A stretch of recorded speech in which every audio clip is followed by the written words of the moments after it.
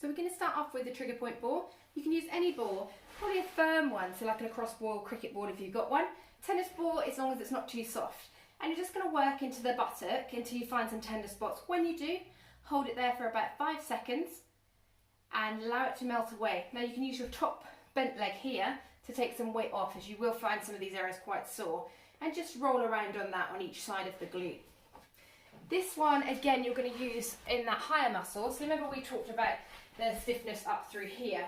So if you find your pelvis, rest both hands on the top of the pelvis here, and then the bottom of the ribs. In between these two, you'll find the QL muscle. There's one on each side. Now you're going to use this ball and you're going to work in through these muscles. I'm going to do it against the wall here just so you can see me on the camera, but you can do it standing. I wouldn't do this on the floor because it is quite intense and it's not quite as hardy, that area. So just rolling in until you find a spot and then hold it again for 5 seconds. Let it ease off a little bit and you can move on to another spot. Now the next thing we talked about was easing the tension in the hamstrings and the legs. You'll probably find if you've got a bit of lower back pain, particularly if it's one side more than the other, you'll get a bit of imbalance in some of these muscles here too. So you can use the rolling pin, as we said, generally always coming towards the heart through the hamstrings, and definitely work on these for a few minutes on both legs. Or the other alternative is get a large bottle of water, freeze it, and then you can ice massage it and roll it out.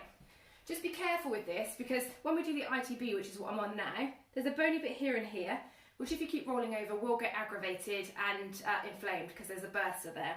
So don't go onto the bony bits, just the midsection in between. You can come onto the front, onto the quad, and you can even position yourself so you get the inside of the leg a little bit too, and onto the back, just rolling through the hamstring and working any areas that feel a bit tense a little bit more. Now if you notice I'm using my other leg to control it, that means I can lift more weight off or allow more weight on while rolling through and finding those areas of tension. So the next one we talked about was the hamstring stretch itself, which we're going to use a towel with just to create a bit more lengthening. So you're going to hook around the ankle area there, pull as far as you can. Now it might not be this far, it might be down here, it might be further. But let's say we get to here. So I'm going to pull with my hands and I'm going to push with this foot, the one up in the towel here. I'm going to push with 20% of my force away from me.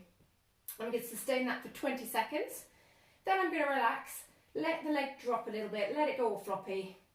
Hold it there for about 5 seconds while it just relaxes and then pull it on again.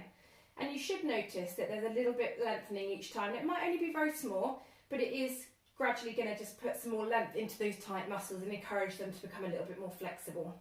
And I'd recommend doing that so 3 or 4 times, that relaxation and contraction exercise on both sides. And then the next ones I want you to do is just some mobility exercises for the lower back. So you're going to go on all fours, the cat camel. So you're just going to arch up first and drop down to flat.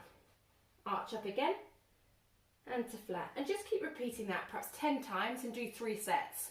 Now if the back can tolerate it, you can also go the other way into extension like this. So you're going to go tip the head back, bum in the air, and then you're going to flex down, tuck the chin. But as I said, take this one with care because the extension can sometimes cause more irritation in the early stages of an injury. Then we can flow nicely into the prayer stretch, so pushing the buttock towards the heels, reaching out in front and just getting a nice back stretch there. And if you're feeling super confident, you can then push up into the downward dog position and let your heels drop towards the floor a little bit to get a bit of a calf stretch as well, because you may well find some tension through there if the hamstrings are also tight. And then you can just flow back down into the prayer stretch or into the cat camel, and you can create a bit of a motion of those 3 exercises. Try and get them flowing more to get the body moving a little bit better.